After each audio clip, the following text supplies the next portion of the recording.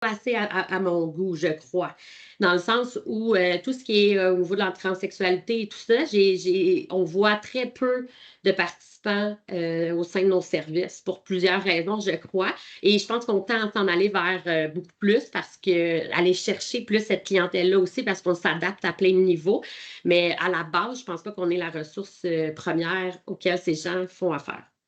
Je pense qu'ils se tournent plus vers l'externe. Je pense qu'on se tourne plus vers un paquet d'autres. Avant de traiter la toxicomanie, je pense qu'on va regarder plein d'autres facteurs. Quand on est rendu à traiter la toxicomanie, je pense pas que Nous, on travaille beaucoup par la communauté thérapeutique, puis la communauté thérapeutique est souvent séparée par genre. Donc, souvent, ça devient un obstacle là, pour ces personnes-là parce que je suis homme, je m'identifie femme, légalement, mon nom n'est pas changé. Il y a plein d'enjeux qui se passent. Donc, dans quelle communauté ces gens-là vont s'en aller à travers le processus aussi. Euh, les exemples que j'ai en tête, c'est la personne, elle avait changé plusieurs fois pas d'avis, là, j'aime pas ça dire ça, mais je veux dire, on se pose des questions, puis on recule dans le processus et on avance. Quand on est dans une communauté de femmes, par exemple, puis on veut reculer, là, se faire transférer avec les hommes, si on recule encore à nouveau, on retourne avec les femmes. Il y a comme des enjeux qui sont particuliers. On tend à s'en aller vers des communautés plus mixtes, donc j'imagine que juste cet aspect-là va faire en sorte que ça va favoriser aussi qu'on rejoigne ces gens-là.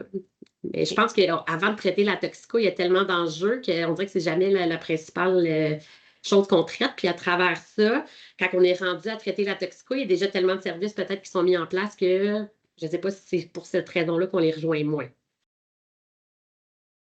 Il y a à peu près 7 ans, 8 ans, j'ai eu un premier cas de personne transgenre qui est venue dans nos services. Je travaillais à l'époque au programme adolescent.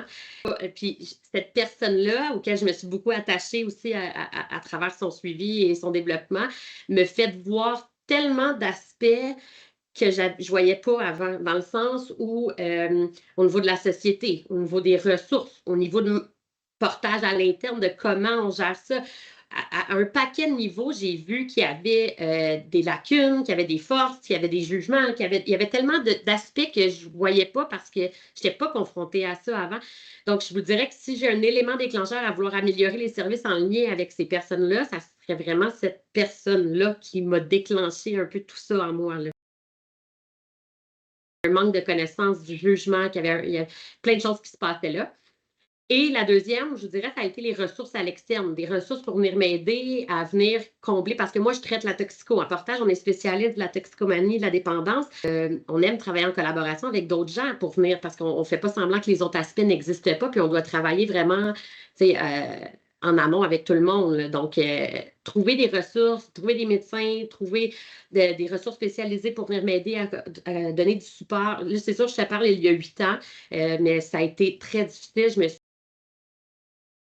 Si on se bute à quelque chose où on ne comprend pas, où on n'est pas adapté, le désir de vouloir s'adapter, le désir de vouloir aller chercher de l'aide, de s'améliorer, vraiment d'aider les autres est là. Puis je te dirais que c'est ça qui a été facilitant dans tous les centres, mais surtout pour moi. Tu sais, mes collègues où je les sentais avec du jugement, puis manque de connaissances, ils étaient willing à embarquer l'information avec moi. Ils voulaient y aller, ils me questionnaient, ils voulaient embarquer. Le désir de vouloir y aller, parce qu'à cause de ça, on a pu aller chercher plein de choses, rejoindre plein d'autres gens, puis aider d'autres gens beaucoup plus facilement de par ce désir-là.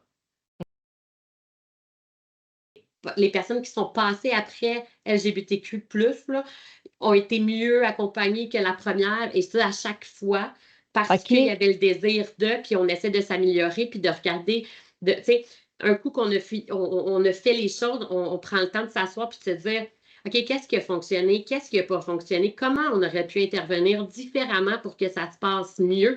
Fait que tout ça fait en sorte qu'à chaque fois, on s'améliore puis on va vers le mieux, là, tu sais. Donc, j'ai l'impression qu'on fait les choses pour avancer parce on était conscient qu'on n'était pas très adapté pour les besoins spécifiques. Puis nous, on travaille en groupe, hein, donc on y va toujours avec les besoins du groupe.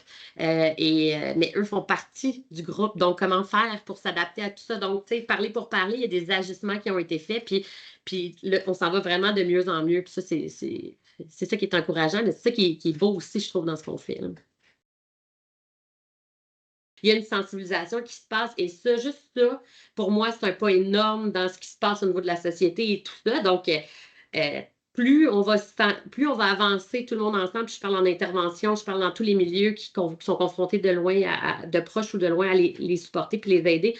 Je pense qu'on s'améliore là, juste dans comment on les accompagne, tu sais. Donc, puis dans comment ce qu'on ressent face à cette cause-là. Fait que ce qu'ils apprécient surtout, puis ce qu'ils nous disent là, haut et fort, c'est notre ouverture, c'est le cœur qu'on y met à vouloir les aider, mais les comprendre. Puis malgré qu'il y a des gens qui vont se tromper dans les pronoms, qui vont se tromper dans. Ils prennent, tu sais, mettons, je vais dire elle là, au lieu de il.